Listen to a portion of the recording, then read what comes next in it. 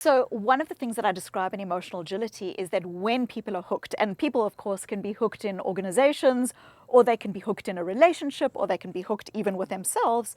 But as mentioned, hooked is when your emotions and thoughts are driving the action rather than your values. So often when people are hooked, they start to engage in default behaviors around their emotions. The one is what I call bottling. And bottling is where the person pushes emotions aside. I shouldn't be upset. I shouldn't be worried. Let me just ignore it. At least I've got a job. Everything will be okay. I know my team's upset, but I just don't want to go there in case I open up a can of worms. Right. So that is what we call classic bottling behavior. Then you get the opposite, which is brooding. And brooding is the analysis by paralysis, or the paralysis by analysis, which is the thinking and overthinking and dwelling. I can't believe what he said to me. My manager said such and such, but actually what he's doing is different. And it's the thinking and thinking and thinking and thinking. Now, what's fascinating is these two ways of being, bottling on the one hand, brooding on the other, look completely different. Okay? The one is ignoring your emotions, and the other is dwelling in your emotions, to the nth degree. But these two ways, even though on the surface they look so different, are remarkably similar. In both cases, your emotions and thoughts are calling the shots. Even if the shots are to ignore, your emotions and thoughts are calling the shots. There is a fascinating body of research looking at people who, by default, bottle or brood.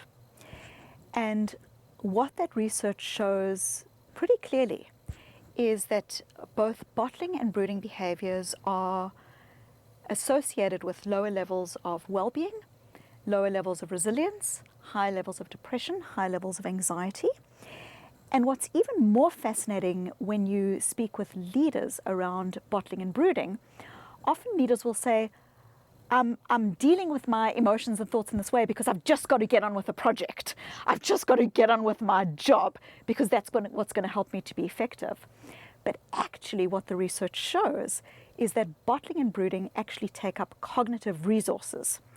And those cognitive resources paradoxically stop people from being able to problem solve, be effective. It's lower interpersonal relationships. People get more transactional. They're less effective with their teams.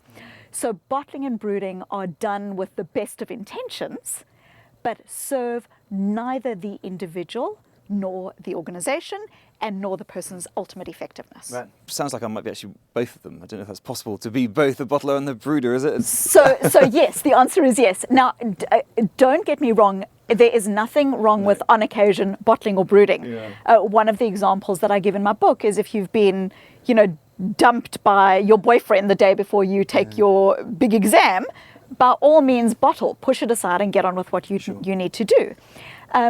But a lot of people do flip between the two. They might push it aside and then think, I need to focus on this. And then they focus and then they almost, go backwards and forwards.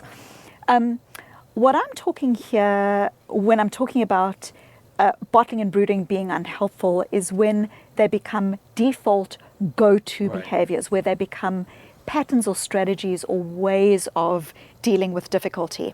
And what we see with a lot of leaders is that they do become patterns. They become the go-to way that I deal with difficulty in my life. Yeah, because the brooder sounds really bad. I quote from the book, they tend to dump their real heavy emotions on others. They want to talk it out with those close to them, but even their nearest and dearest get empathy fatigue, eventually tiring of brooders, constantly need to talk about fears, worries and struggles. And then as you say, they sort of get worried about being so miserable, and is that going to have so it's a massive spiral downwards. So we've got A, B, is there an option C? So Yes. So again, we're coming from the perspective of how do you get unhooked, and that bottling is not helpful and brooding is not helpful.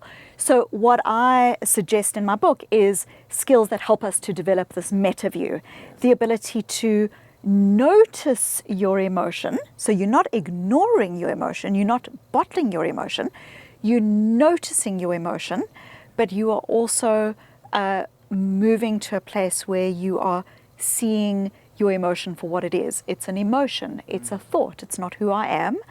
I get to choose my action in the circumstance. You say that when we show up fully with awareness and acceptance, even the worst demons usually back down. So it is about recognizing we're not perfect, we're not living in a perfect world, and it's just part of the human existence.